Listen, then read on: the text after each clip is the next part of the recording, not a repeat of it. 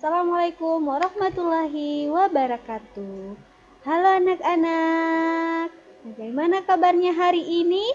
Ya, insya Allah kita semua senantiasa dalam keadaan sehat walafiat. Nah, anak-anak, hari ini kita akan melanjutkan pembelajaran kita kemarin, tema 3, subtema 1, pembelajaran kedua. Nah, anak-anak, sebelum kita melanjutkan pembahasan materi pada hari ini, alangkah baiknya kegiatan pembelajaran ini kita awali dengan berdoa. Berdoa menurut keyakinan masing-masing. Berdoa dimulai. Berdoa selesai. Alhamdulillahirobbilalamin. Insya Allah materi yang akan Ibu jelaskan anak-anak dapat memahaminya.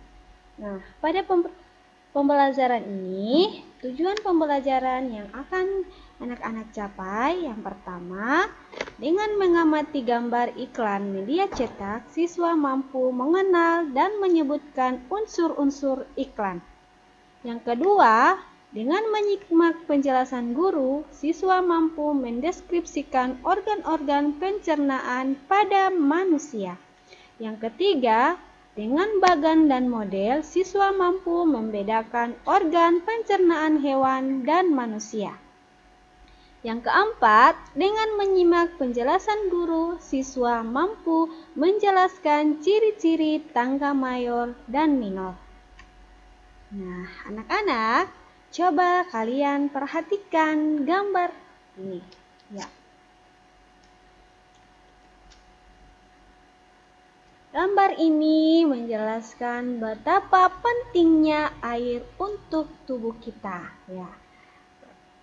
Iklan memiliki fungsi untuk mempromosikan sesuatu.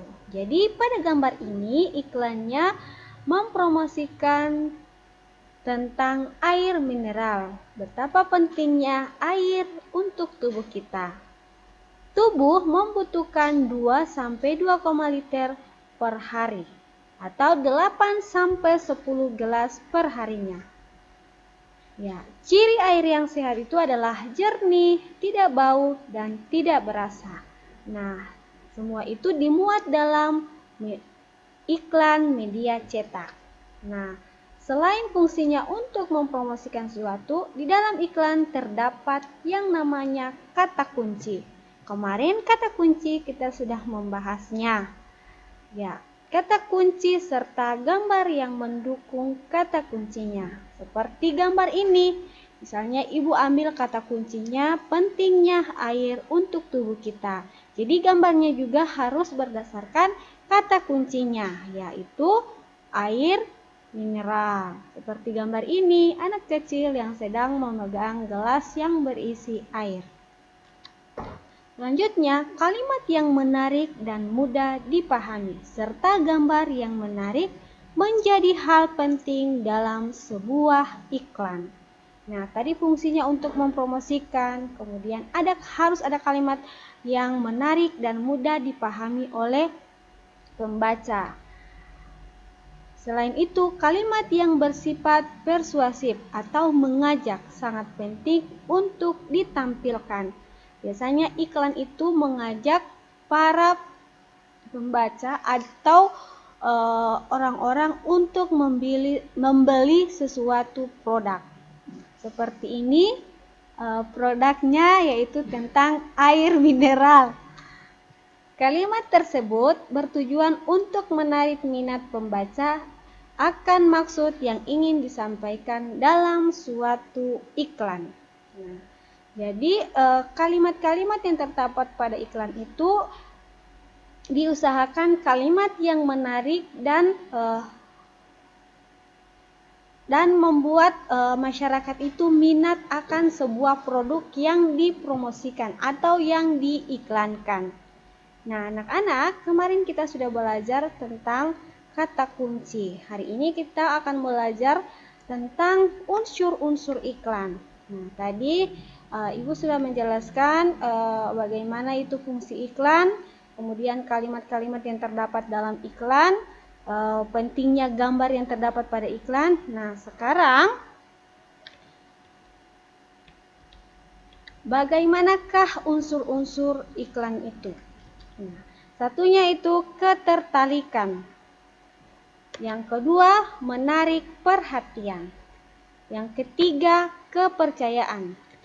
Yang keempat, keinginan. Yang kelima, adanya tindakan. Yang keenam, nama produk. Yang ketujuh, gambar produk. Dan yang kedelapan adalah kalimat iklan. Nah, itulah 8 unsur-unsur yang terdapat pada iklan. Nah, membuat sebuah iklan harus memuat unsur-unsur ini. Ya, anak-anak. Nah, anak-anak, itulah unsur-unsur dari iklan.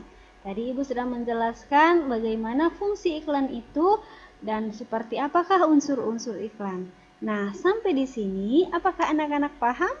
Ya, insya Allah kalian bisa memahami penjelasan Ibu ya. Tetap semangat. Selanjutnya, salah satu ciri makhluk hidup adalah memerlukan makan. Nah, tadi kita sudah melihat iklan tentang minuman.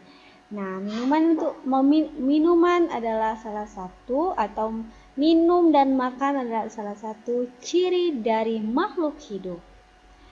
Nah, makanan yang telah dimakan akan diuraikan dalam sistem pencernaan menjadi sumber energi, komponen penyusun sel dan jaringan, serta nutrisi yang dibutuhkan oleh tubuh. Sistem pencernaan merupakan salah satu sistem kompleks yang terdapat pada tubuh kita. Nah, apa sajakah bagian-bagian dari sistem pencernaan manusia? Nah, anak-anak, coba kalian perhatikan gambar ini. Inilah alur dari sistem pencernaan manusia. Yang pertama, mulut. Yang kedua, kerongkongan. Yang ketiga, lambung. Yang keempat, usus halus. Yang kelima, usus besar. Dan yang keenam adalah anus. Nah, anak-anak, itulah organ-organ pencernaan pada manusia. Lalu, bagaimanakah cara pekerjaan dari organ-organ pencernaan ini? Simak penjelasan Ibu ya. Sistem pencernaan pada tubuh manusia berfungsi untuk menghancurkan makanan. Nah, sistem pencernaan pada tubuh manusia berfungsi untuk menghancurkan makanan yang masuk ke dalam tubuh. Nah, seperti kita makan, pertama-tama pastinya kita masuk ke rongga mulut, lalu di dalam rongga mulut kita mengalami proses pengunyahan melalui bantuan gigi.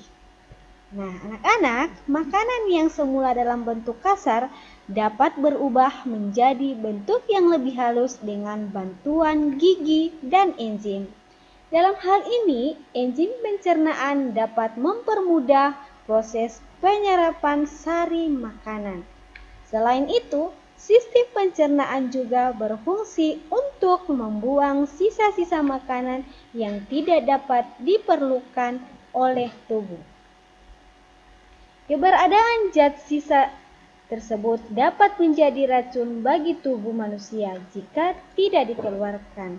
Oleh karena itu, sistem pencernaan ini harus membuang sisa makanan yang sudah tidak diperlukan oleh tubuh agar tidak akan menimbulkan zat-zat yang akan menjadi racun bagi tubuh kita.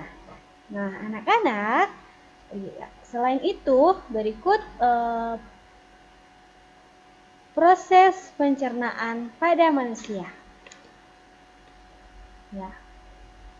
Yang pertama, ingesti, yaitu proses memasukkan makanan ke dalam mulut.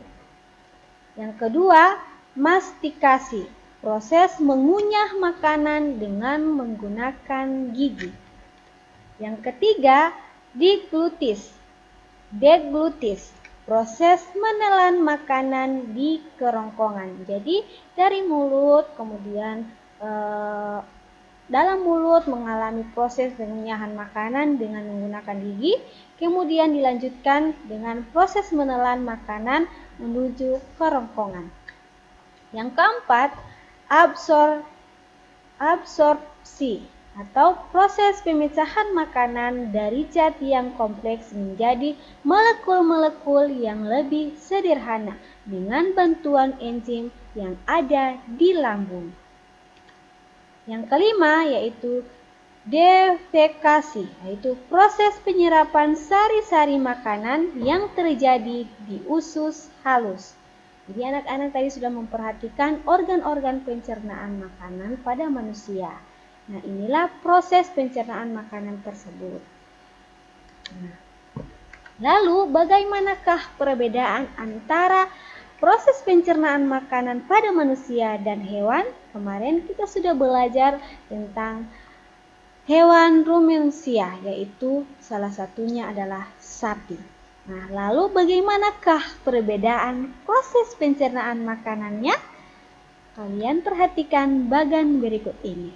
Ya, pertama organ. Dalam hal ini persamaannya memiliki lambung. Antara manusia dan sapi sama-sama memiliki lambung.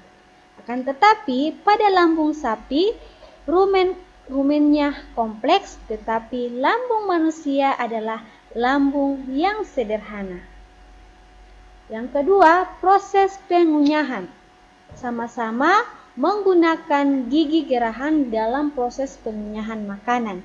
Tetapi dalam hal ini memiliki perbedaan juga, yaitu makanan dikunyah untuk dihaluskan dengan gigi geraham, sedangkan sapi mengunyah makanan sebanyak 2 kali, sedangkan manusia makanan dikunyah dan langsung ditelan. Di sini perbedaannya anak-anak. Makanan dihaluskan dengan gigi geraham. Kalau sapi mengunyah makanannya sebanyak 2 kali. Sedangkan pada manusia setelah dikunyah kita langsung menelan makanannya. Yang ketiga yaitu proses penyerapan sari-sari makanan. Dalam hal ini antara sapi dan manusia memiliki persamaan, yaitu menggunakan enzim agar bisa diserap. Nah, dalam proses perbedaannya yaitu sistem pencernaan manusia memiliki enzim untuk mencerna protein, tetapi tidak dengan sapi. Sapi hanya bisa mencerna karbohidrat seperti selulosa di rumput. Nah, itu perbedaannya ya anak-anak. Yang keempat adalah proses pengeluarannya. Nah, di sini sama-sama dikeluarkan melalui anus. Nah, pada perbedaannya, pada sapi, fasesnya belum mengalami pembusukan dengan bantuan bakteri Escherichia coli di usus, seperti pada sistem pencernaan pada manusia. Nah, itulah anak-anak perbedaan dan persamaan proses pencernaan pada manusia dan hewan rumensia. Nah, anak-anak, pada proses pencernaan ini apakah kalian sudah paham? Semoga kalian paham dengan yang Ibu jelaskan.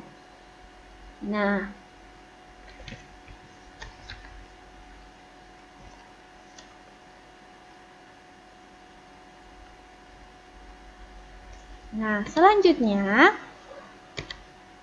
anak-anak, mari kita bernyanyi.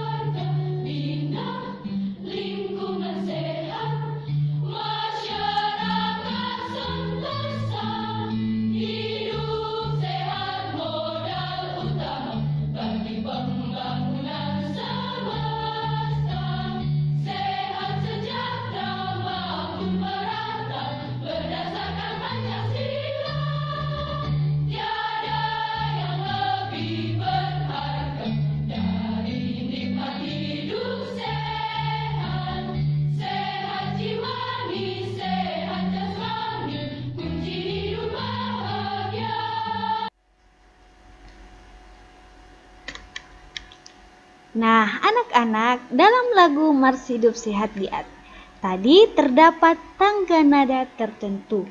Tangga nada itu sendiri terbagi atas tangga nada mayor dan tangga nada minor. Seperti apakah ciri-ciri lagu tangga nada mayor dan minor itu? Perhatikan penjelasannya. Nah, anak-anak, tadi kalian sudah mendengarkan lagu Mars Hidup Sehat. Nah, dalam lagu Mars Hidup Sehat terdapat tangga nada tertentu. Tangga nada terbagi atas tangga nada mayor dan tangga nada minor. Lalu, seperti apakah ciri-ciri dari tangga nada mayor dan minor itu? Perhatikan.